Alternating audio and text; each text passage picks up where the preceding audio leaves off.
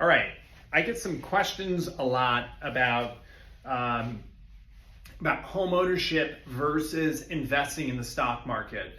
Now, I am by no means saying that investing in the stock market is not important. But what I do believe is it should happen in stages. I don't believe that you should be maxing out your retirement accounts before you either pay down debt or own your first home. And I'm going to show you why. Owning your first home is really the platform into building financial security and financial wealth. Let me share with you. Okay, we're going to talk about something called in investing called a cash-on-cash return and the power of real estate versus the power of investing in stocks. Let's say you have $50,000. It's hard to see blue, but $50,000 to either buy a home or invest in the stock market. So you put $50,000 into Apple stock. Okay. Now the stock market generally returns higher returns in yields than owning a home. But let's just say that appreciation is 8%, right? 8% on your house going up in value, 8% in the stock market. We could even use 10% for the stock market. So let's take that $50,000, you put 10% down on a $500,000 home. We'll just use 10% to make it easy, okay? A 10% increase in value on a $500,000 home would be $50,000 in increased equity. So your home is now worth $550,000. A 10% increase on a $50,000 investment would be $5,000, right? So compound interest says that would be $55,000. When you own a home, you have a $50,000 increase in value. Year two, we're talking about 10% return on $550,000. This is where compound interest becomes really powerful.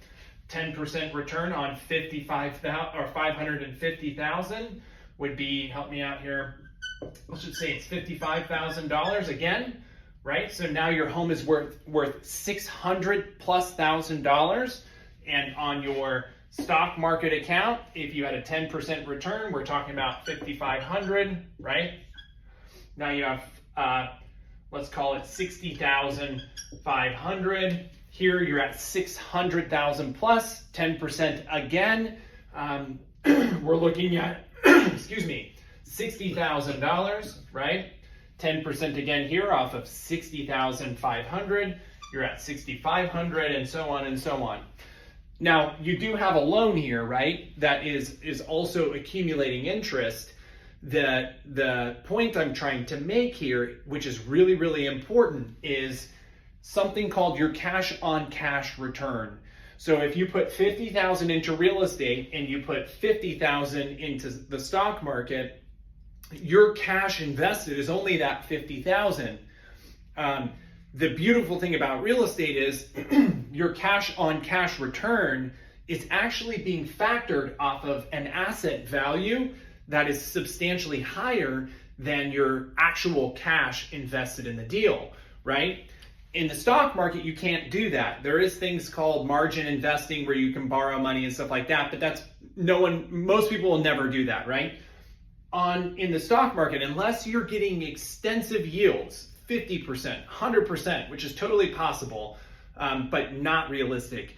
Your cash-on-cash return is typically only factored based on the cash that you have. This is why I always advise people, buy your first home. The power of compounding and the power of increasing equity is absolutely incredible when you jump in.